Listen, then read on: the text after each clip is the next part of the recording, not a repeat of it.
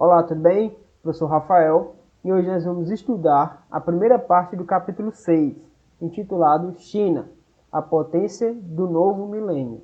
Bora lá? Bom, primeiramente, o grande dragão vermelho. Os chineses são conhecidos como filhos do dragão.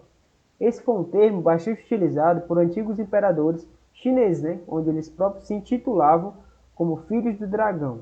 Isso por quê? Porque, segundo a mitologia, o dragão simbolizava força e sabedoria.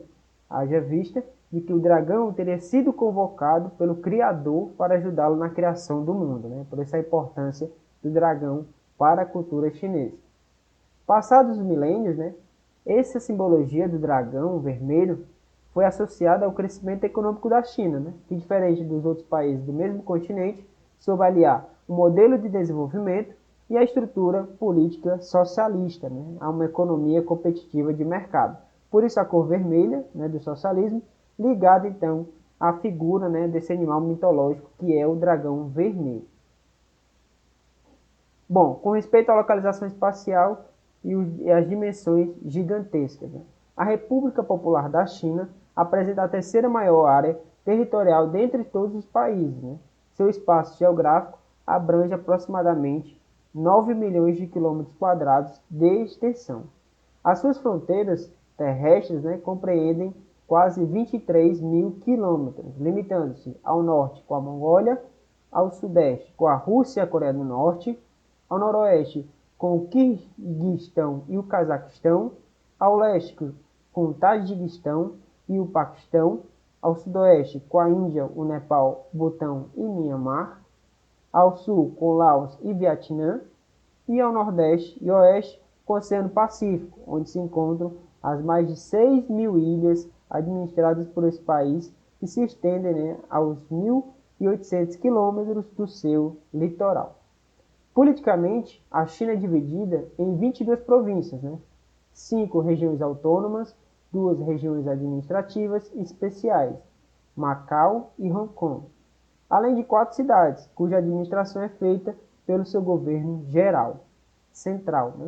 Nós podemos ver nesse mapa aqui um breve plano político de como é dividida então a China. Nós temos aqui grande parte amarelada, as províncias da China. Nós temos aqui esverdeado, as regiões autônomas. Nós temos a capital, que é Pequim, por essa bolinha mais pretinha. E nós temos aqui 4 cidades províncias. E, por fim, algumas cidades mais importantes, aí, de 1 milhão de habitantes. Muita gente nesse território chinês. Bom, com respeito agora à população e políticas populacionais. Estima-se que a população chinesa chegou a 1,385 bilhões de habitantes. É muita gente. Considerando então o título de maior população absoluta do planeta. Para isso, foi atribuída uma política natalística implantada desde a era de Mao Tse-tung, como forma de criar a maior força militar do mundo. Esse era o objetivo. Então, na década de 1970, como forma de mitigar problemas sociais, políticos e urbanos, foi criada essa política, essa estratégia natalista ou antinatalista para tentar conter o crescimento não só da população, mas também desses problemas aí sociais. Esse plano governamental ele estabelecia que nas zonas urbanas passaria a vigorar a lei de um filho único por casal, e já nas zonas rurais, em virtude da geração de mão de obra, havia então a legislação que permitia a geração de 2 filhos por casal. Então, nós tivemos nesse período a esterilização em massa, abortos forçados, assassinatos de recém-nascidos e abandono de bebês pelos seus pais por conta desses problemas políticos que a concepção não autorizada podia gerar. Como consequência dessas políticas antinatalistas, nós tivemos uma acentuada queda na taxa do crescimento vegetativo, ou seja, estava morrendo mais gente do que nascendo. Uma maioria sendo, então, de homens, no conjunto total da população, onde milhares de crianças eram impedidas de estudar. A partir, então, de que as crianças que fossem nascidas fora dessa taxa permitida não poderiam ingressar, né, nas escolas. Só que a partir de 2015, com base então na necessidade maior, né, a China acabou permitindo de que todos os casais poderiam então gerar, né, até 2 filhos, né, e isso que vigora até os dias de hoje. Isso devido a um acelerado envelhecimento da população chinesa, né? Consequentemente, a falta de mão de obra, além da própria pressão social em cima dos sistemas de previdência, né? O medo dos chineses, dos políticos, era de que não houvesse, né, um lucro, digamos assim, ou uma conta sustentável em relação ao número de pessoas aposentadas e ao número de pessoas que bancariam, né, a aposentadoria de outras, né? Então essa foi a preocupação e acabaram liberando, né, essa geração de filhos, né, sendo até 2 por casal. Bom, com respeito à distribuição espacial da população, é bastante regular, né, baseado então em grande parte na natureza e no próprio desenvolvimento econômico. Nós temos áreas de maior desenvolvimento, como as grandes cidades e as zonas econômicas especiais, localizadas, né, estrategicamente em áreas de melhores condições naturais, que possivelmente permite o povoamento, né, com grande concentração. Já em outras áreas, como desertos e montanhas, né, são áreas que têm menos pessoas pela dificuldade, né, do próprio povoamento. O maior povoamento chinês se dá ao leste do território, onde a natureza é mais abundante, né? Como também a presença de planícies férteis e da própria concentração de indústrias. Para ter ideia da disparidade, nós temos regiões onde temos 200 habitantes por quilômetro quadrado. Já em outras regiões mais inóspitas, nós temos, por exemplo, 1 habitante por quilômetro quadrado, né? Olha aí a disparidade entre essas regiões no próprio país. Bom, aqui nós temos um mapa, né, de forma geral, de um parâmetro de ocupação lá da região chinesa. Nós temos aqui de amarelo as províncias, né, onde há essas zonas especiais. Nós temos taxado aí, né, algumas províncias que têm atraído mais investimentos imigrantes, né, estrategicamente.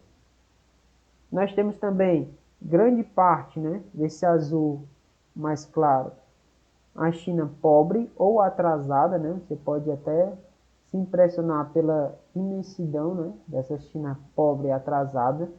Nós temos algumas regiões industriais, né, zonas industriais ali localizadas, né, espacialmente. Nós temos alguns principais centros industriais, como também a própria zona econômica especial, né, estrategicamente aqui uma parte no litoral, uma parte mais adentro, né, próximo às indústrias, e marcado com essas estrelinhas vermelhas, nós temos o porto ou posto fronteiriço, né, aberto ao mercado, ao comércio internacional, algo que é diferente, que é diferenciado, né, lá na China por ela ser socialista. Já que, respondendo ao quadro natural da China, nós temos algumas áreas, né, bem estratégicas. Isso devido aos próprios tipos de plantação, aos próprios tipos de relevo, de clima. Então, se você perceber o mapa do slide anterior para esse, né, justifica bastante do quanto se dá a ocupação por essa região chinesa, né? Você acaba entendendo aí algumas práticas, né, em zonas especiais, por exemplo, localizadas aí por cada ocupação na China, certo? Por fim, nós temos a própria densidade demográfica, que é fruto desses 2 mapas que eu acabei de mostrar para você, tanto das condições naturais, quanto das condições de desenvolvimento, né, econômicas e sociais, certo? Então, nós temos aqui marcado por essas circunferências, né, por esses círculos, nós temos aqui a densidade demográfica, né, algumas bem maiores, outras, né, nem tanto, mas de forma geral, a região leste, né, é a região mais ocupada aí da região chinesa, né, tanto por questões naturais e de desenvolvimento, certo? Bom, agora a gente vai ver um vídeo que fala sobre essa política, né, de natalidade, certo? No caso de hoje nós falaremos sobre China provoca mudanças na política do filho único. Antes da gente falar sobre as mudanças da política do filho único, vamos relembrar o que é essa política? No final da década de 70, a China implantou essa medida com uma clara intenção de conter o avanço populacional. A gente tem que lembrar que a China tem a maior população do planeta. Hoje ela se aproxima de 1 bilhão e 400 milhões de pessoas. Então essa política ela se fez necessária por quê? Porque o plano chinês já caminhava para um processo de urbanização e que o constante crescimento populacional dificultaria processos como saúde de qualidade e educação de qualidade. Então, se você conseguisse reduzir o número de crianças, você poderia investir menos em educação básica e mais em educação média e principalmente educação superior. Essa medida fez com que a China conseguisse mudar parte do perfil de sua população de uma mão de obra meramente barata e abundante para uma mão de obra que é cada vez mais qualificada e para assim entrar cada vez mais no mercado tecnológico. A adoção dessas medidas na China, calcula-se que mais ou menos em 26 anos, ela conseguiu evitar o nascimento de 400 milhões de pessoas. Então você imagina o que seria a China hoje? Imagina um monte de gente pipocando, além do país que já é o mais populoso do mundo, com mais 400 milhões de pessoas. Então essa política ela fez o seu papel. Ela conseguiu definitivamente controlar o crescimento chinês e a partir disso outros problemas surgiram e daí a política ela começou a ser revista. Obviamente o resultado dessa política foi muito forte, só que alguns problemas vieram também. A gente pode relatar a clara preferência por filhos homens quando a gente pensa em nascimentos. Por quê? Porque na China a gente tem um grave problema de previdência, de aposentadoria, e muitos chineses esperam passar a sua velhice na casa com seus filhos. E isso é uma prática muito comum. Os casais ficam com seus pais em casa. E quando você tem uma filha, o medo qual era? Dessa filha se casar, sair de casa e ir morar com outra família e você não ter onde repousar, onde ficar quando você já tiver uma idade mais avançada. Além disso, a gente sabe de uma sociedade claramente mais machista que também tinha medo de perder o seu nome. A filha assume o nome do marido e o nome da minha família sai. Então essa conjuntura fez com que os chineses tivessem uma preferência por filhos meninos. Qual é a grande questão aí? É que uma preferência é uma coisa. Agora, nós observamos na China o caso de muitos abandonos. Meninas eram abandonadas e muitos casos de infanticídio. As pessoas muitas vezes matavam seus filhos. Aí você me pergunta assim, seria tão ruim assim ter uma filha? Na visão de muitas pessoas, principalmente de áreas rurais, sim.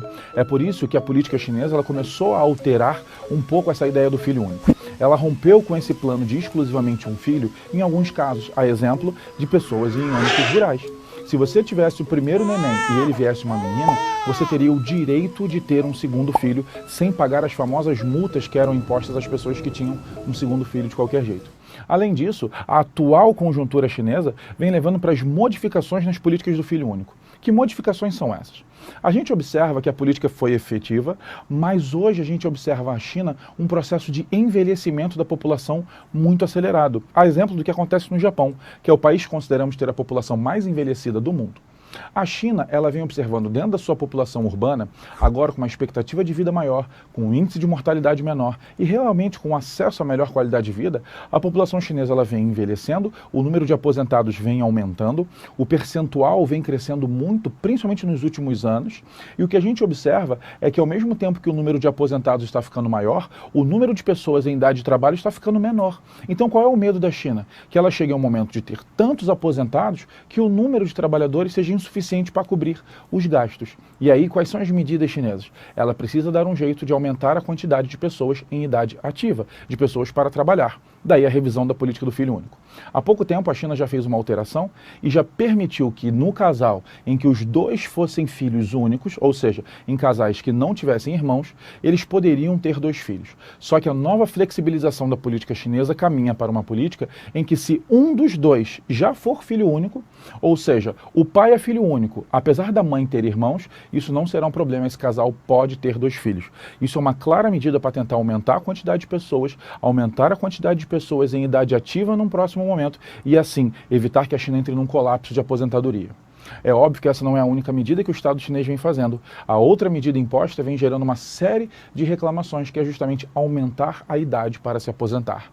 A China hoje ela já tem 2 regimes. Um regime para quem trabalha de forma mais braçal, que é o que eles chamam de trabalhador operário, que se aposenta a mulher com 50, o homem com 55, e tem aquele trabalhador de ensino superior, que não trabalha de forma braçal, ele se aposenta com mais idade, com 60 e com 65. A política chinesa ela também vem pensando em aumentar a idade de aposentadoria para todas as pessoas. E aí, num período de 5 anos, esse período aumentaria também em mais 5 anos de trabalho, sendo uma das medidas para evitar essa quantidade muito grande de aposentados que pode gerar uma crise previdenciária na China, e daí as mudanças na política de filho único.